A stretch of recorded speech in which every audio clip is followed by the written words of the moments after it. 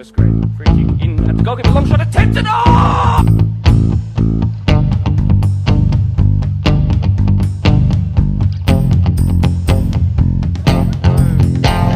Great kick pass out wide. That is fantastic. That is sensational. And that's the winner.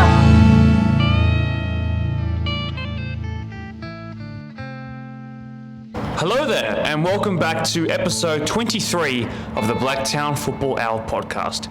My name is Mark DePoli, and while you might not be able to see me at first glance, if I zoom in right now, and you can see some weird person waving to you from the commentary box at Blacktown Football Park, that is in fact me. I haven't done a bit of a walk in a while, encouraging some health and fitness while we do the podcast. So you'll be able to see me in full view in a couple of minutes. But let's get into this episode 23, like I said. By the way, episode 23, the number of Michael Jordan, LeBron James, David Beckham, and of course, the one that's most significant out of all of those names, Jamie Carragher. What have I got in store for you today?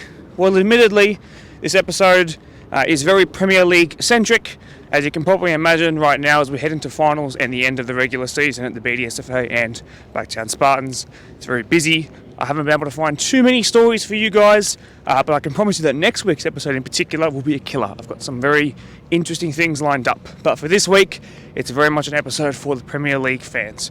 So you'll hear from, of course, Doonside, a bit of a post-match reaction to their win over Quakers Juniors, and you'll hear from the league winners, Ponds in the Deploy PL1. I've also got plenty of roundups from the last games of the regular season as we head into the finals now. So, again, congratulations to all of those who have helped us to get to the finals series this time in 2022. It's been a fantastic effort. As you can see, I'm starting to make my way towards you. I'll be there in just a moment. So what else can I tell you before we get into the results? Well, the BDSFA, 10,000 odd players. With that comes many more managers, parents, friends who come to watch the game, supporters, and of course volunteers and club higher-ups who make everything tick. So once again, thank you for helping us get to the end of the regular season. It's been amazing. There have been hundreds and hundreds of games played, probably even tipping into the thousands at this point. Of course, to our friends at the GDSFA, with our Phoenix League, it's been a wild success there as well. So as I come closer to you guys now, I think we'll go into the results section of this podcast. Let's start with an extremely entertaining one, our Deploy PL2. You might have heard of it. Prospects cemented their first place finish in the club championship. Hello everybody. As you might have seen from a post a couple of weeks ago, but they also happened to put their first grade, who hadn't led since the start of the competition, into first place with a final day set of results that were oozing the colours of that great Prospect club. In what I originally thought a two-horse race for the title in the first grade, I rudely counted out that of Eastern Creek, who had a great end to the season, a great second half of the season, probably since really picking up their form since the last time they featured when they lost 2-0 to Quakers at Quakers in that match of the round. They did a Michael Jordan, they took it personally in me counting them out, I guess, and they just so happened to finish second in both club championship and in that first grade race for the title. So an incredible end to the season for them. Really proud of those guys, and as a result, I'm going to get them on the podcast for you next week. It won't be our headline segment, but it's certainly going to be one that I think you Premier League fans, particularly the Premier League 2 fans, should look out for. I know that they're very happy with their end of the season, and they did it while their coach was overseas as well, which is amazing. So keep an eye on your feed next week.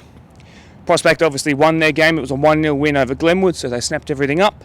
Eastern Creek on the final day of the season went to Tigers and beat them. They were up 2-0 Tigers at half-time, but the old Creek boys came back to win 3-2, so it would have been an incredible game to watch. Perseverance by the old boys there, and you can never really count them out, can you? Oakville ended their season and the fun and a strong end to the season into the finals for them with a 7-1 win away from Spurs. Forgive me, can't get my answers out. So that means that the top four in the Deploy PL2, of which it's first v second, third v fourth this weekend. Not one of that much of the rounds, but I'll be keeping up to date on our live stream that is happening on the live scores.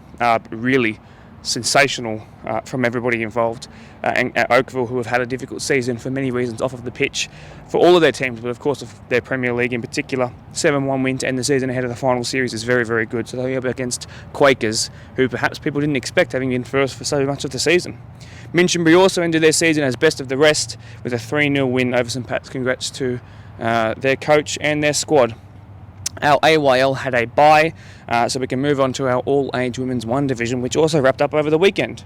Doonside picked up some much-deserved points towards the end of the season, a 2-0 win at Quakers. Forgive me, I do have to turn my page over here, and they are sort of stuck together quite awkwardly. Don't worry, I will pick this up come the end of my segment. Parkley and Rydalmere went at it. They only had a 1-1, but that's potentially a grand final game in the making there. So first v, I do believe second, if my memory serves me correctly, and also there is a Golden Boot winner in those ranks. I won't tell you who it is, though. We'll save the secrets for the end. Greystanes were 3-1 winners over Glenwood, another finals contender, and Holroyd as well beat Marion 2-0 at home. Some really good GDSFA clubs doing bits. If you remember back a couple of weeks ago, I spoke to Frank from Lords FC, an extremely enthusiastic coach of the 12s Mixed 1, and I can confirm when they weren't top of the table but still had a virtually undefeated record, when they did feature, they finished their season on a high, coming in at first. They had an 8-0 win to end the season and are officially minor premiers. Congratulations, guys. You'll see Frank on the podcast perhaps very soon again. Our Spartans boy had the crazy long trip down to Wollongong Wolves. Our 13s went down 3-1, our 14s down 1-0, our 15s down 5-0, our 16s down 2-0, but the 18s picked up some points and some great amount of goals as well. 3-2 winners. You've got to love the 18s. They always pull a result out when you least expect it. Our girls were away to MacArthur, 3-3 with our 14s, our minor premiers, of course. So, I'm not going to say my regular stuff this week, but the grass is green, the sky is blue, and the 14s are undefeated. We'll change it to that just for this week. The 15s also won. They won 2-0. The 16s, were 3-1 winners. The 18s also 1-0 winners. The reserves had a scoreless draw before the first grade went down 2-0, our only loss of the day. Reserve grade then also went to Football New South Wales Institute in midweek. They won 5-2 after being down 2-0 at half-time. So an incredible comeback. A day of great comebacks, it seems, or at least a weekend of it for sure. A game certainly of two halves. Well, you would have seen and heard and read about it during the live stream last Saturday night. Behind the camera and commentator, that's me, was a highly entertaining match between Marion and Workers. Workers coming away with a late header to win 1-0. Penalty shouts were going each way for both teams. Workers coming away, of course, with that in the end, leaving Marion, the holders back from 2020, out in the first round of the finals. So, unpredictable perhaps, but it's the way the cookie crumbles, and that's the beauty of what we do here in Australia with final series. That's the way it happens. So Marion out, but credit to Workers. They've been an incredible team this year, and their progression has been fantastic to watch. And I'm really proud of those guys there. The people there are fantastic, and they deserve everything they're getting so far. So they'll be up against, not in the match of the round this weekend, they'll be up against the loser of our game that we're about to talk about, which is Quakers Hill Junior. So speaking of that match, I'm not going to reveal it just in case you haven't watched it, but enjoy the extended highlights package right now. Went with the throw this time. Blake Marsh, who received it, did well to get past one, but gave it away before the second. Panay, who was so dangerous against Workers from this left-hand side. He clips it in. They haven't cleared it just yet. It's only as far as about their defensive third line, but Doonside given away very silly by Jordan O'Keefe. And a save not quite required there. A dive was just to cover it off. Calls to win the first ball. It's won by the captain in green. There's a count facing away from goal, but it's going to come back here to Jordan O'Keefe. He's one man who can certainly hold it up for Doonside. So Count then tries to clip it in. Icon is there. He's won it, and then Icon tries it, and it was dipping on his weaker side. But he did very, very well to get that even that close to goal. Full credit to him. Great touch by Alessi. Technically brilliant. A very late slide-in challenge there, though, is dangerous, and it might warrant the first yellow card of the day. He is reaching for the back pocket from my perspective, but it is only a yellow. So luckily, what about from right to the left side now? Let's see if that changes any fortunes here. That's Soul Surgeon now, who's come forward. And he goes down, big call to make. No hesitation in moving on from that, from Darren Glover, the centre referee. 0-0 for both games, 0-all I should say. It's whipped in this time. Pelazon was there, thought about a snapping header, and then Salinas tries it on his stronger left-hand peg. He will then have a second chance here. It's Salinas, more finesse that time rather than brute force. Hinwood's not going to come for this. A push in the back and then a save at the near post. A nervy moment at the back. almost surprised a little bit that the game where if the loser loses, they will be out of the competition behind us has been more open than this one here, where there is a safety net. As Panay tries to change things, he's the danger man to find Luka Gallo, who wants to make a double digits in goal contributions for this year, and at the back post, Mandanovic was just a yard or so behind the pace. Well, we are into the final 5 regular minutes, and there have been little to no stoppages, just the one to Ethan Eichen when he was winded. Speaking of that man here, he's got one to beat. Ethan Eichen, now Ethan Eichen, a deflection and wide! It will be a corner. Ethan Eichen, chest control, and he's back. A really good tackle by Gatsby Gray, who has looked very, very good as a centre-back, credit to him. Play continuing on, despite calls, and Eichen there, although on cue he's brought down, and the assistant referee calls for it there. It should be a yellow card in my book. But Doonside, boy, would something like a goal be really good in this moment here in times of desperation. Here's a man who caused the first one last week. Dominici! Oh my word! And then the follow-up! No, nowhere near. But Dominici just came close to scoring the greatest goal you'll see all season. And it wouldn't have been close. Thundered the crossbar from what, 35 yards? Gatsby Gray, forward and out to the left. Gallo tries a brilliant ball inside Salinas, chest control, Salinas! He's still there, calls for a handball. Huge appeals from not just players, but those around the ground too. Waved away by a confident referee.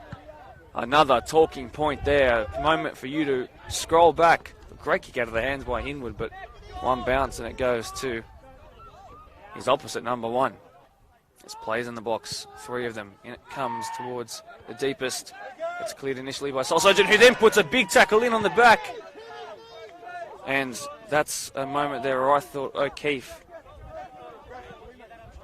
had his ability to protect the ball stopped. Regular season only, but of course you can keep a tally in the finals. Panay trying again. He's then fouled. Advantage played. Now into the box is George Panay onto his right foot. Tries to square to Agar Mawan off the bench. He's going to find his way back to Panay. He's gone down. A referee with a whistle to his lips.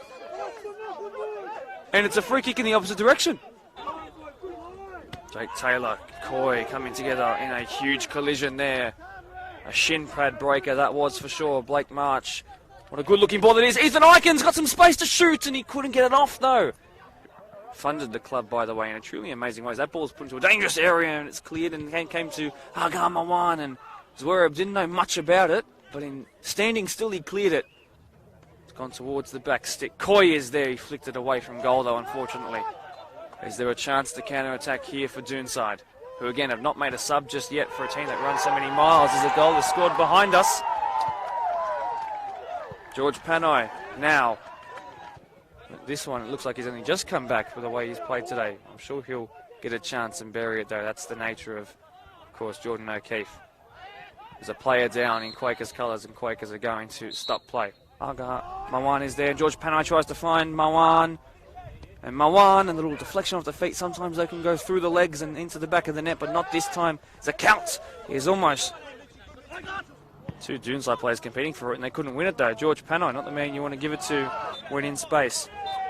Well, behind us, Marion have just been knocked out, but full credit to Workers who have done it again against them. But here is Agar Mawan. There was space out wide. Instead, Salinas using his right foot, trying to be quick with it. It didn't happen. Well done. Jake Taylor, an unlikely goal scorer. Would have been an unlikely hero. Zach out. Might try and find the top corner. Zach out! And that was that close. Surgeon strong again. Dominici. Well, we've seen him do it once. Can he do it again? Dominici! It was awkward. The keeper. Gillen is there! No offside flag raised! Off the bench, it's Jay Gillen in the 7 jersey, who might have just put his name up in headlights. Well, they didn't make any changes until that one. He didn't get to start today, but he's just put the ultimate marker down. Perfect positioning after a Kyle Dominici strike confused Dean Rogers in goal. And in a moment of madness, the most cool and composed head on a cold night here at Ropes Crossing Reserve was the man who's only still just settling into the game. Jay Gilleland, you are currently the hero of the day. And if they can clear this ball, that might just be it, you know. And it will just be it.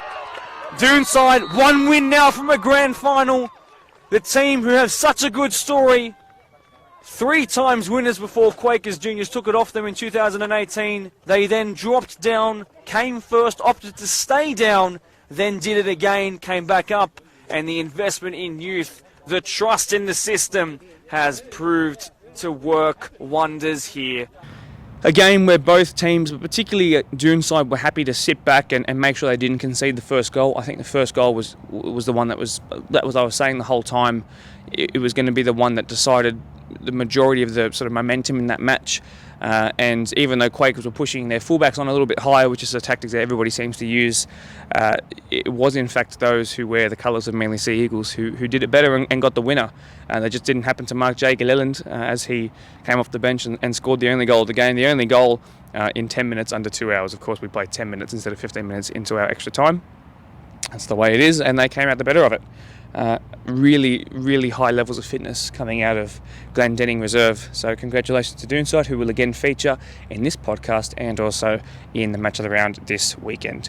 And we will see, of course, Ponds. Commiserations to Quakers Hill Juniors, but of course they have that safety net. They'll come up against Workers, who they've had some very entertaining games against. Of course, the most recent between them was that 4-1 win where they pressed them out of the first half and then were just able to hold out and sort of drop down a gear and maintain their stuff in the second half, even though they technically did lose the second half. But in the first half, they were all over it, George Panay in particular. But again, respect to Doonside, who didn't allow Quakers to play their brand of football. Right, you'll hear from Ponds, you'll hear from Doonside. We weren't able to get them together for some different reasons, which is a shame. Next week, I promise you, I will get them together by hook or by crook on the same time in a match of the round. That is if we have it though, because if the planning, if the plan segments that I have that are in the talks right now, no contracts yet to be signed, but the stories I have planned for next week and even the week after are going to be some incredible ones. So we'll see how much time we can dedicate to match of the round previews, because I think you'll really like this story as we head into the back end of the season, or at least for some people the end of the season. So I'll give you a little spoiler. If you've ever been injured before and you've been wondering whether you should not play sport as much, or sport might affect your work or just your general well-being, stick around for next week. But for this week, I now introduce Ponds, the coach of the Premier League One side. Of course, the minor premiers, technically our best team this season in the BDSFA, Eli El Hakim, and one of his standout performers at the back, debuting on the podcast, Matt Hubbard. I will see you at the end of the episode. Familiar faces feature again on the Blacktown Football Hour podcast, but there is a new one that I can introduce you to. I'm joined by Matt Hubbard as well as Eli El Hakim from the Ponds Premier League One side, minor premiers, and in a place to make the grand final should they beat their, I guess, new rivals this season, the second place finishing Doonside Hawks, who I'm sure they know all about. They watched in their qualifying final, as I've called it so far, and they have plenty to say all about it. But thanks again for joining us, Matt, you two in particular, first time on the podcast. Really do appreciate it. Thank you. Excellent. So Ellie, look, tell me, you guys have had a week off now. I know you didn't necessarily want the week off, but I'm going to assume you have a full squad ready to pick from come this Saturday. Yeah, no, the week off was pretty good. We do have a lot of injuries, like I said last week. Still got a couple that are still injured, won't be playing this weekend, so unfortunate. Scotty Jackson hasn't pulled up as well, so he'll be out, and Shannon's still not fit enough. So do have 2 or 3 from that starting 11 that should be starting, won't be playing, but that's all right. It's no excuses for us. Got a lot of depth, and like I said, we've got 20, 22, 25 players that are played ready to pick from. So I'm just going to guess that both of them are actually perfectly fit. It's probably 2 other players that are not good, and you're just playing a couple of mind games. Who knows? I guess we'll see come Saturday in the lineup you sent me the night before. But it's all part of the fun. Matt, if we just pass to you, and first of all, welcome once again. There was one match of the round at the start of the year which I covered and you weren't part of. I'm not sure what your injury record necessarily been like this whole year, but how are you feeling at the moment? So the first game I had COVID, so I couldn't play back then. And then during the year I had a hernia operation, so probably in the last 9 years at club soccer, that's the most I've ever missed in a season. I think I missed about 3 games for the hernia operation and did come back a bit early from that one, but besides that, feeling pretty fit. Good. Ellie, let's talk about straight up the game that happened. You watched the team that you'll be facing. Perhaps you watched the team on that day who you might be facing later on as well. What did you take from Ponds specifically? From Doonside specifically in the game that you watched? Yeah, it was a bit of a weird one, to be honest. I was expecting a bit more football to be played and, a lot more chances to be created from either team, but it's pretty bad. Both teams were just sat back and I think just didn't want to make a mistake, each one of them, and then there was just that rocket shot and the keeper just couldn't get rid of it, just hit it straight back to them, and they capitalised. They were a bit hungrier to the ball and scored the goal. That's all it was, to be honest, but there was not much in it, to be honest. You called the game. It was about a chance or two the whole game. So that's one thing I took from it. It was just they both sat back, and it just needed that person that was going to take it by a scrap of neck and just play football. So You'll notice in the interview with Doonside that's going, it'll basically air after yours goes up. I'm putting yours first. They're second. But I did talk about their fitness, and I think their fitness was superior over Quakers. I know that they do a lot of fitness in training as well. They prioritise it. They train twice a week, and it's one of their focuses. Is that something that you do objectively have an older average age squad? I hate to say it out loud, but it is true. Is that something that bothers you at all, or are you not going to need to get 2 hours of football to? Nah, we'll play 5 hours. I don't think anyone will outrun us, to be honest. Not worried about that. Matt hardly trains anyway, as it is, so Once a year. trains once a year anyway. So they're we've just got a lot of experience. We know when the game needs to slow down. When the game's got to go fast. We've got a lot of experienced heads in, and we do have a lot of young boys as well. Like it's a bit of mixed both, bit of both. So look, it's been tough this year. We haven't been able to train as much as what we want. Most of the players probably like it anyway because they're lazy, but. It's been good in a way. We've been able to stay fresh. The amount of games that we've had to play, sometimes 3 games in a week and stuff, has hurt us a bit. But to be honest, we're still all right. Boys are ready. They're fit to go when the game comes, even if they've played 2 or 3 in that week. So, and I don't hear from the older boys at any time that they're sore. So, since they've been back from injury, so It's good. Matt, I'll ask you specifically. How many different, I'm not sure if you're always debuting at centre back, but how many different centre back partners have you had this season? Do you know, or has it been pretty consistent? I hate to put you on the spot. It's a hard question. 4 this year. Okay. So with a few injuries, we've had 4 different ones, especially 2 from reserve grade, and then 1 we picked up late in the year, Joshy. He's played next to me twice, I think, versus Marion. So 4 in total. Were you have a lot of experience in the BDSFA at Premier League level. Were you surprised when you found out who had ducked out last week? Because I did probably tip them to be one of the hardest teams to beat. They did hit form at the end of the year. I mean, we did get beat by them towards the end of the year as well. But as on your day in this competition, anyone's good. Anyone will beat anyone. So, but yeah, they were. I thought the one that was going to win it. Doonside, 9 games without a loss. So really, they're the most informed team in the competition at the moment. Mm-hmm. So they're next on the radar.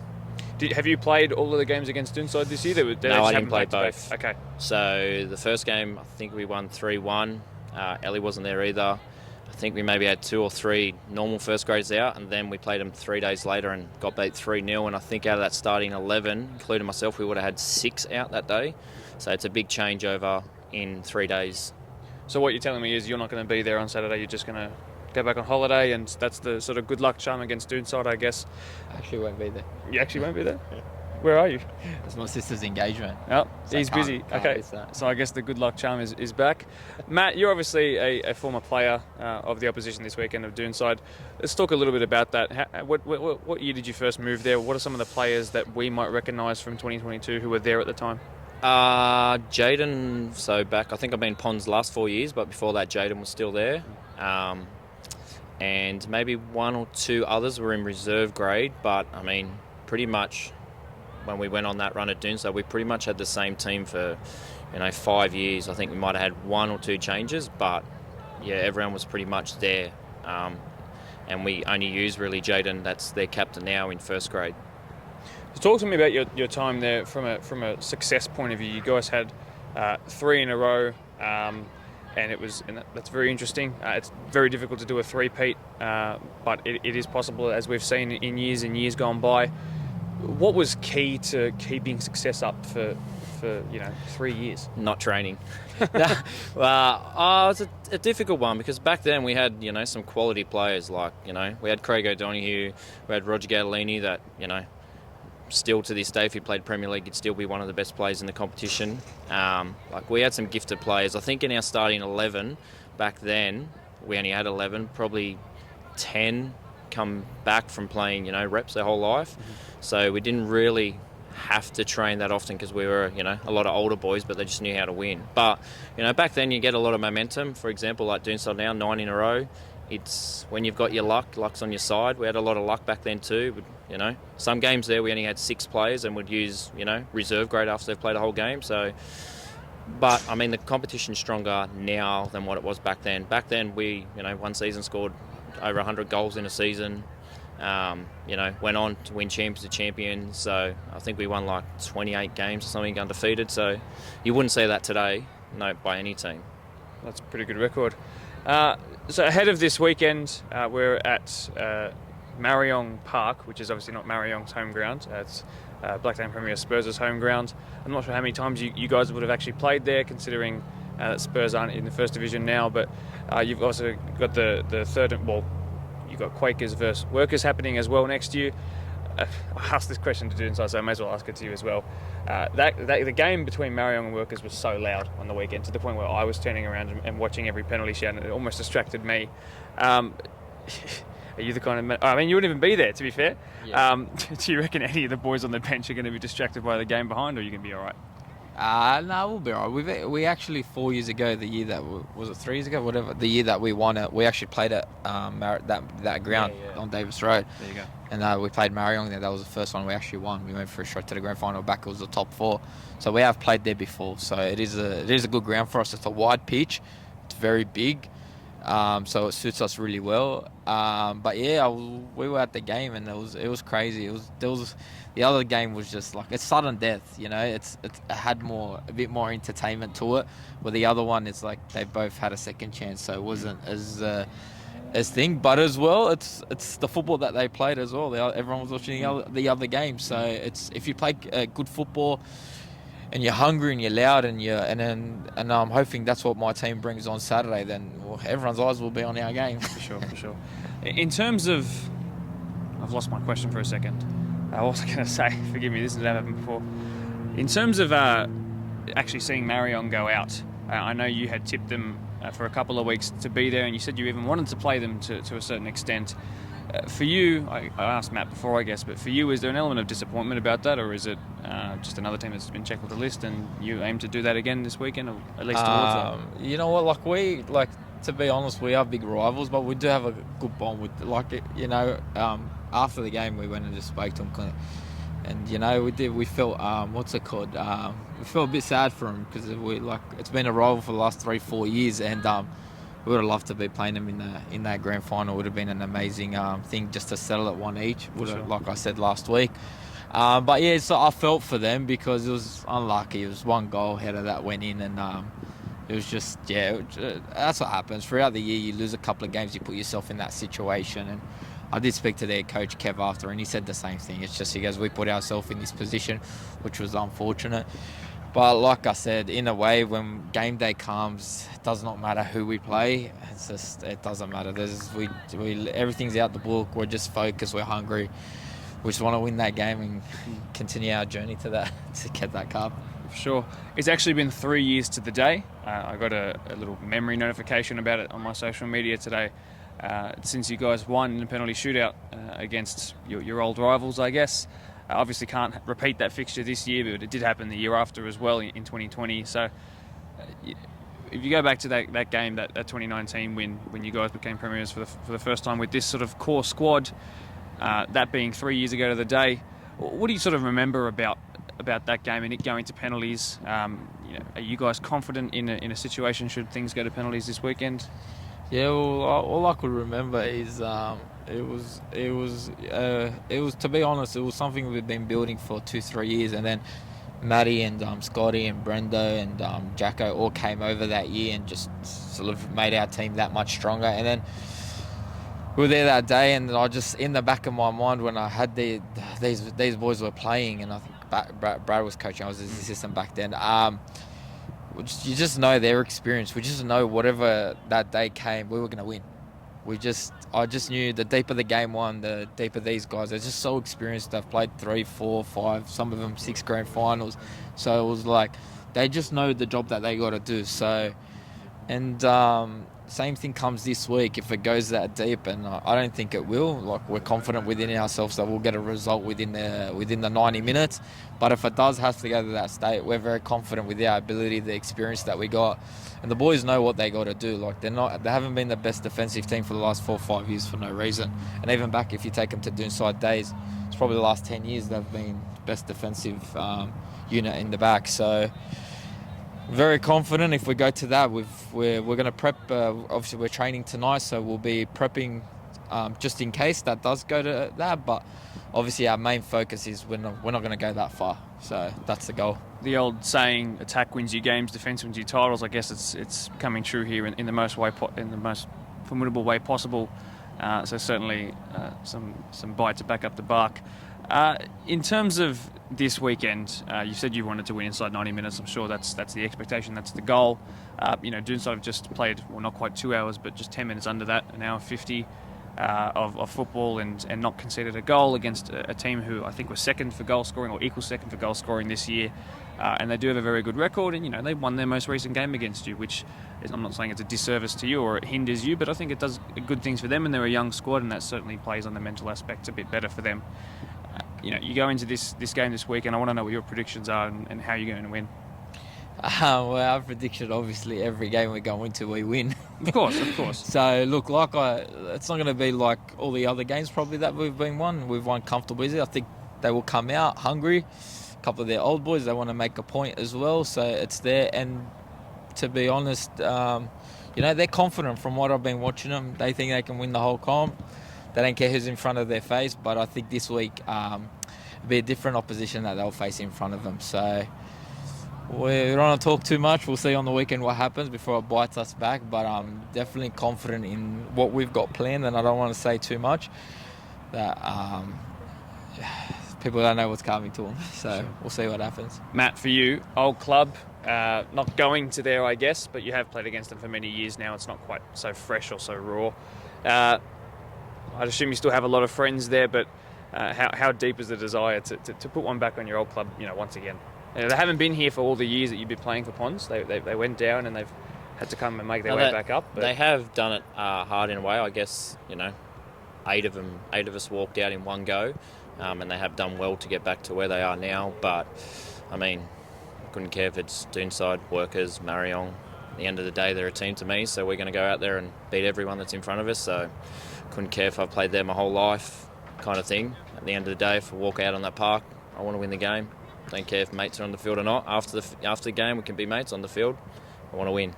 For someone who's been so successful in this competition, and again for multiple teams, what does a finals, qualifying finals, preliminary finals, what does the game day sort of look like for you? Like, what are you doing in the lead up to the day from a sort of athletic or nutrition based thing? Nah, normally I'm pretty much working, and I get to. Ellie hates it because I get to the game 5 minutes before kickoff.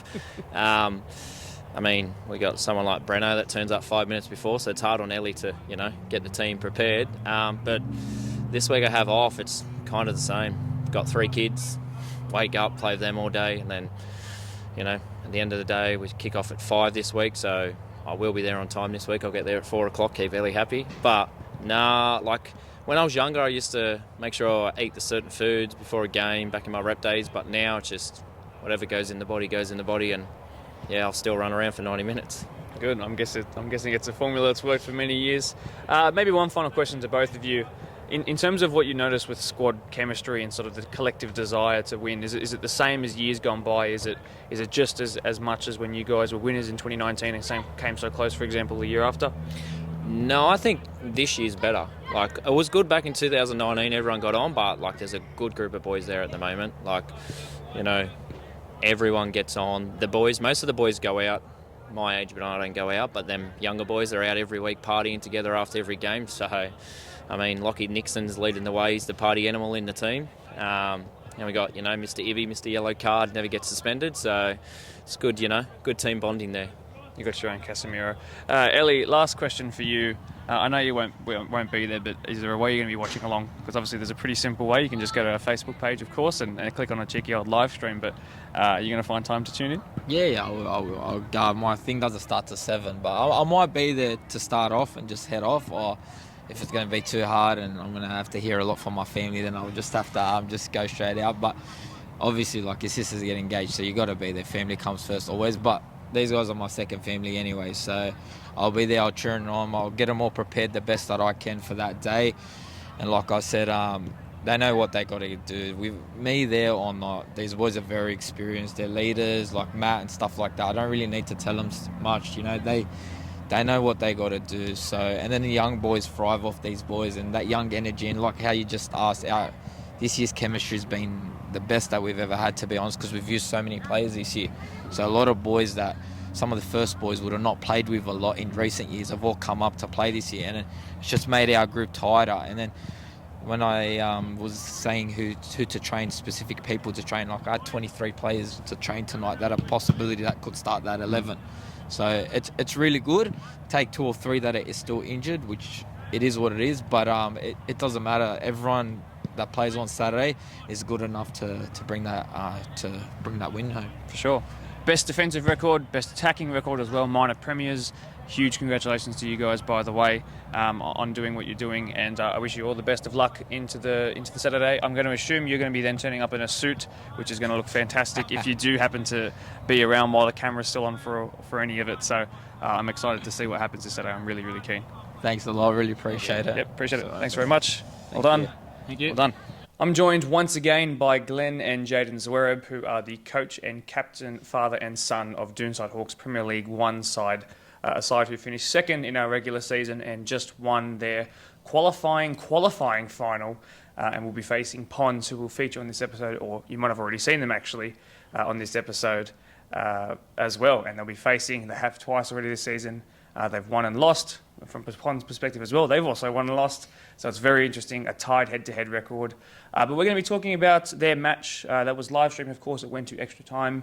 It was settled with a singular goal by Jay in the number 7 jersey, and it was very, very tightly contested throughout the whole thing. So we're going to spend the time now, because we didn't post-match, just sort of dissecting that and looking at it tactically and from how everyone turned up and turned out, muscle, sort of ankle-wise, knee-wise after that, and we'll see how they're looking ahead of this weekend. So, first of all, boys, thanks very much for joining me on short notice too.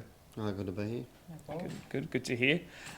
So let's talk about, first and foremost, going to extra time.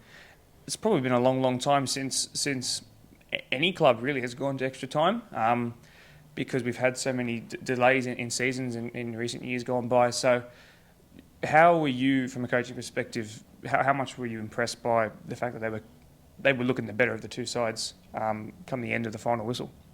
I was impressed with the boys. They kept going, and I think every huddle we had, the boys were up for it, and we got Ronan there. He just eggs the boys on. He revs them right up. I thought, because we've been doing a lot of fitness this year, and it's been off and on, but I thought our fitness come through in the end for us a little bit more. The game itself, first half was a cagey affair. I think both sides didn't take any control, really. There was a lot of missed time passes and all that sort of stuff going on in there. But I thought we grew into the game a bit more in the second half and had a few more chances. But overall, it was a decent game. Both sides were, like loose passes all over the place sort of thing. But I just thought we just kept digging in, and I told the boys, just got to keep believing in yourselves all the time. Absolutely. Didn't make too many subs, actually. And if my mind serves me right, it was one sub, which was Jay, and then another one for the last couple of seconds, maybe 2 minutes, with Hassan coming on. Yeah. So in terms of sort of the lack of rotation, perhaps, but then having the one big change that you did make being the one who ended up scoring the goal, how satisfied were you? Oh, very satisfied. I didn't really plan on waiting that long to make the subs. It was a bit of a stop-start the last 20 minutes in that second half. I was trying to get Jay on. I think he warmed up twice or 3 times sort of thing. But I think it counted really in extra time with his fresh legs, because no one else was following that ball through except for Jay. He was the only one that was following it through, and I think both sides were getting very tired. For sure. I do have to say, from a fitness perspective, you guys might just be the best that we have out of all of our 789 teams. And touching on that, I'll ask you now, Jaden, when you get to training, you've told me, and we spoke after the game actually, about that you always do fitness in training no matter what the session is, and there's always time dedicated to that. And I think when it was most critical, and the most critical part of the season so far for you guys, it shone through and helped you out. So talk to me about what the kind of fitness activities that you guys are doing. Is it simply just running around in a circle, or is it ball-related fitness work? How do you guys go about that? So the first 20, 25 minutes of our sessions all the time, it's pretty much no ball, just running. And it's not all the time like hard running, but I mean, that 25 minutes every week, 2 nights a week that we're putting in, it's obviously paying off. And I thought you saw that on the weekend, like you said. I think the last 20 minutes and then going into extra time, no one really even looked tired, and I didn't feel tired personally. But yeah, I think it come through, and it's just like everyone says, it's the little things, just putting in that effort every week. You guys are now on. Now, it's actually now the 8th game that you've won in a row. I know you were saying 8 last week, but it is the 8th now. Yep. So it was 7 going into the podcast that you featured on last week. It's also the 4th top 5 finishing team you've beat in a row, which is an incredible record, and one that's only going to do you a good service in the finals competition, of course, that includes that top 5. From your perspective, I'm not going to say how sort of invincible are you feeling, but how confident, like strongly confident, are you and the rest of the boys feeling? What's the vibe been like since Saturday night? It's been good. I think it's more confidence in our own ability rather than worrying about the teams we're playing against. So we take every team the same way. So it's not this week we're playing Ponds and then, for example, we're playing a weaker team the next week. It's always you're playing this team, that's what's in front of you, play to your ability and go out and beat them. And that's the way we see every game. Speaking now specifically on the game, from a Quakers tactical perspective, their front three, but particularly their 2 wingers, Luca and George, were crisscrossing the entire game, swapping wingers. And I'm sure it's confusing because, yes, they're both right-footed, but different play styles. And George has the ability to sort of drop into pockets and half spaces and turn creator. And Luke is very direct, and that's the sort of thing that I've noticed. So, you've got 2 young fullbacks as well that were competing up against them. In fact, 2 fullbacks who aren't even typically fullbacks by trade necessarily, but they coped with it very well with those tricky wingers. So did you notice that as the captain and someone who's playing as one of the centre backs, did you notice that they were very interchangeable, and what were the sort of things you were saying out there to try and help your team combat that? Yeah, look, credit to them. They were all over the pitch all night. But with our defensive line, we have this understanding. The boys, I back their ability and they know that. And really, I'm just there to help direct them around and then clean up the scraps. They do what they need to do, and I'm just a leader back there. I'm the old guy back there, so yeah, it's not too bad. It's good to have some young guys that are confident back there as well. Oh, don't take too much away from yourself. You're still young, mate, not to worry. But it is, I mentioned it, I think, towards the latter part of the game. It's a very young backline. I did some quick maths. The average age is about 22. None of them are age 22. They're all age 21, 23, and 24, so I just guessed 22. So that's an extremely youthful backline. Jamison's not too old either. So it's incredible that it's performing to the high level it is, and against some experienced teams, not necessarily Quakers the most experienced in terms of age, but coming up against Ponds, it is objectively a far more experienced back line, and you guys have had a similar defensive record, which is to your credit. Glenn, I've got to ask you about Kyle Dominici. Last week it resulted in the first, well, not last week, I guess 2 weeks ago now, it resulted in Jordan O'Keefe's first goal, and it wasn't even necessarily from him finding the back of the net, it was from him causing havoc to some goalkeepers that were struggling to deal with the fast ball into the hands. 2 weeks ago it was low. This time it was closer to the crossbar, and it caused all sorts of issues moving around like nothing else. How often does he do that? Does Kyle do that in practice? Does he just tend to hit it from 35 yards and hope? Is it something he pulls off quite a lot? Does Jamison struggle with it in training? Tell me all about it. I can tell you now, when we do shooting at training, the goalkeepers they duck a little bit, sort of thing, because it's coming like a rocket. He actually said to me after the game, I said to him, "It's two. One hit the post, one created the goal," and he said, "Well, yes. if I keep going, I'm going to get one of them." So, and I get him to shoot as much as he can, sort of thing, because he has got a rocket. It's an absolute rocket. And for fitness-wise, the bloke never stops running. He just never stops, and when he goes, sort of thing. So he's got pretty much rein. I think being a new boy, no one knew much about him, but I think they do now, and I think they're starting to watch him a little bit more. And Are you kidding? I thought I turned that on. All right, let's keep going. So he, obviously we got interrupted by the lights, but we were just talking about Kyle Dominici and his fitness, and he's sort of has the free roam to do what he wants, but he can cover the kilometres, the miles. So yeah, it must be really, really helpful for you. oh, it is. It is like with the fitness-wise as well. You got all the boys are pretty much fit, and they just don't want to stop. They just love playing. They just don't want to stop. Want to compete in every game.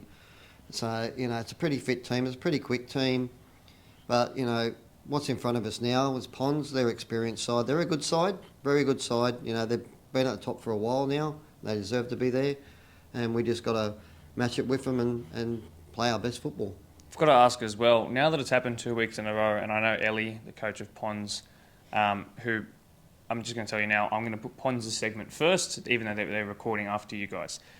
So what I'm trying to say is I know Ellie has watched the games. He was there for both the Marion Workers and the New versus Quakers game, so he watched them both and, of course, watched extra time as well. He knows how much of a... Well, he'll know at this point, and that team will know at this point what your weapons are, particularly that of not letting Kyle Dominici shoot from any sort of range, because we've seen what it's done in the last 2 weeks against very good goalkeepers, very, very good goalkeepers. So I think that's we'll see what that battle looks like when it comes.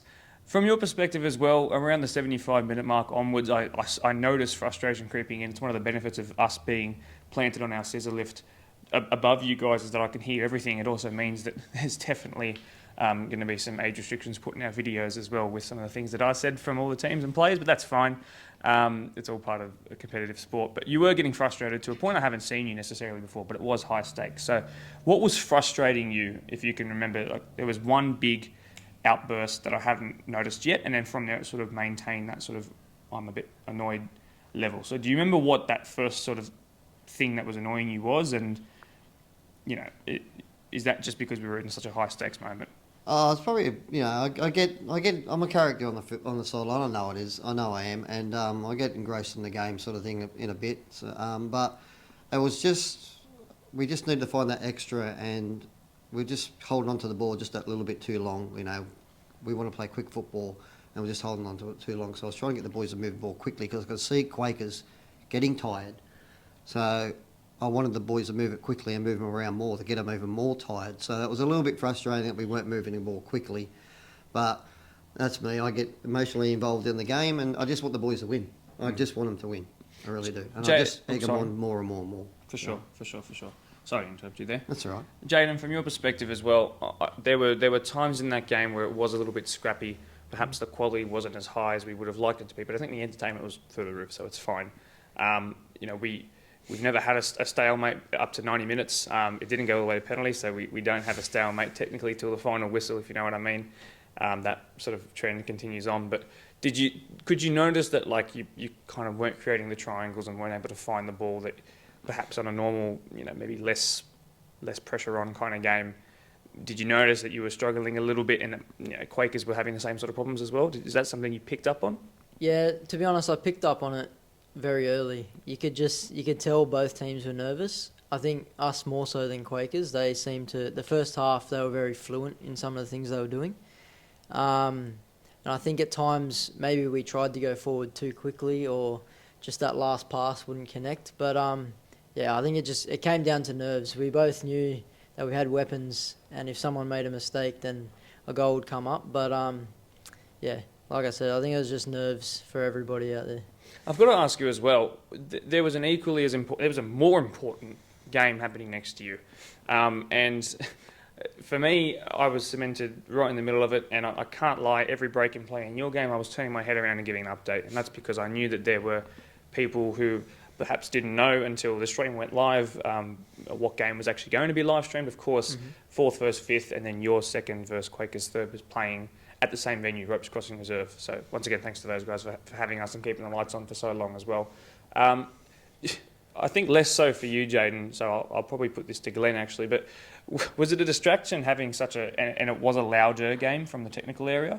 Was it a bit of a distraction at all for you, or even more importantly, the players who were perhaps turning their heads around to watch what was happening behind? Because there was a penalty shout, I swear, every 7 or 8 minutes or so. So was that a little distraction for you, or not to worry? Oh, look, I turned around probably once or twice, that was about it, but I was just too engrossed in our game. I was really not paying attention to that game behind us. I heard the penalty shouts a couple of times. I turned around once or twice, that was it, but I wasn't really focused on that game. I actually said to my manager, Cookie, I didn't even see hardly any of the game, because I didn't turn around at all. No, you're a more focused man than I am, that's for sure.